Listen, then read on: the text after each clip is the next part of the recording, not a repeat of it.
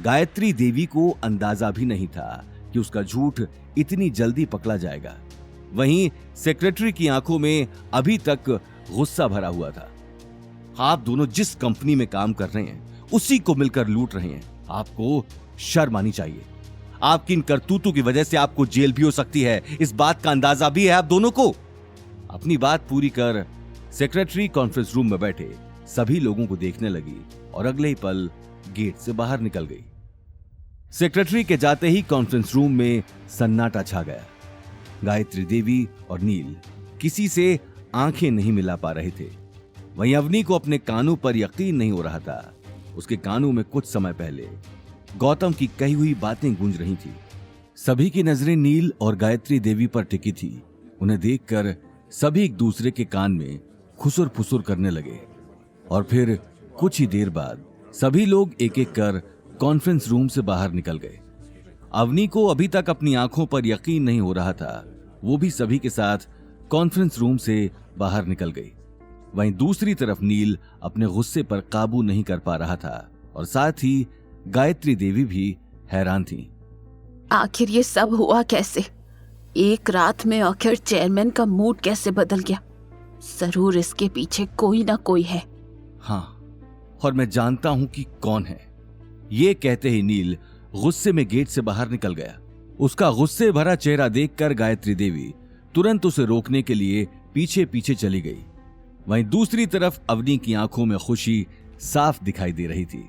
वो ये बात बताने के लिए गौतम के पास वेटिंग रूम में आ गई। गौतम अवनी का खिला हुआ चेहरा देखते ही सारी बातें समझ चुका था। गौतम, मुझे यकीन नहीं हो रहा, तुमने जैसा कहा था वैसा। अवनी आगे कुछ बोलती उससे पहले नील वहां पहुंच गया। उन दोनों को हंसते हुए देखकर नील ने कहा, अच्छा तो ये सब तुमने किया है? आखिर तुम्हें मेरी खुशी बर्दाश्त नहीं हुई ना अवनी? तुम्हारा दिमाग तो ठिकाने पर है।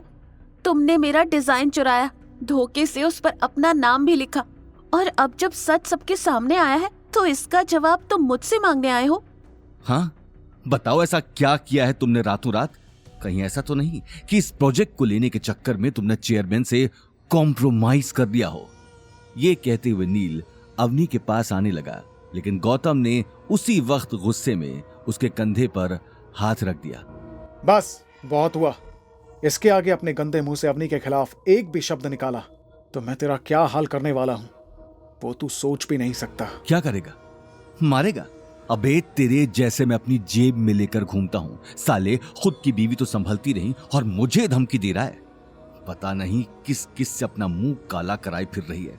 कल गई होगी चेयरमैन के पास अपने हुस्न का जादू चलाने, तभी तो उन्होंने रातों रात मुझे कॉन्ट्रैक्ट देने से मना कर दिया।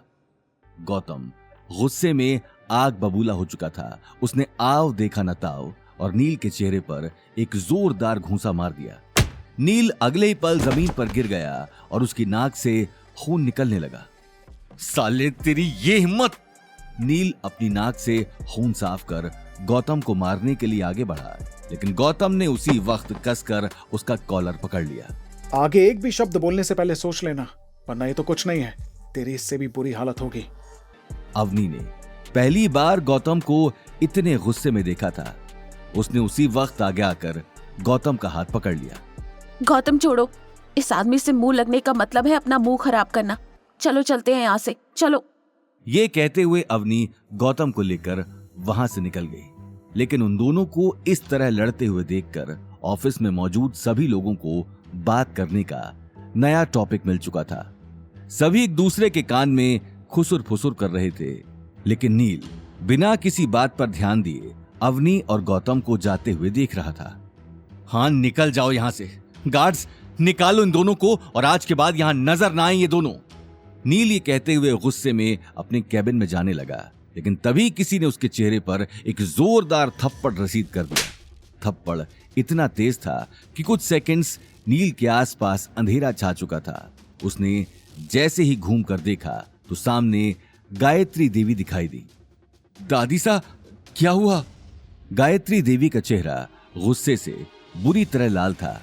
गायत्री देवी को देखते ही आसपास खड़े लोग अपने अपने काम में लग गए।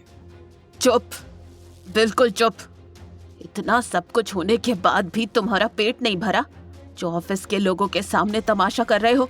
आखिर तुम्हारा दिमाग क्या घास चढ़ने गया है?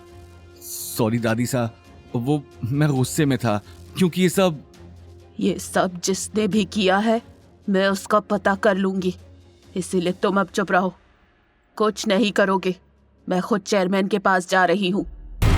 आगे की कहानी जानने के लिए देखिए अगला एपिसोड सिर्फ पॉकेट एफएम के यूट्यूब चैनल पर और रॉयल वारिस के सारे एपिसोड्स को सुनने के लिए डिस्क्रिप्शन में दी लिंक से डाउनलोड करें पॉकेट एफएम ऐप।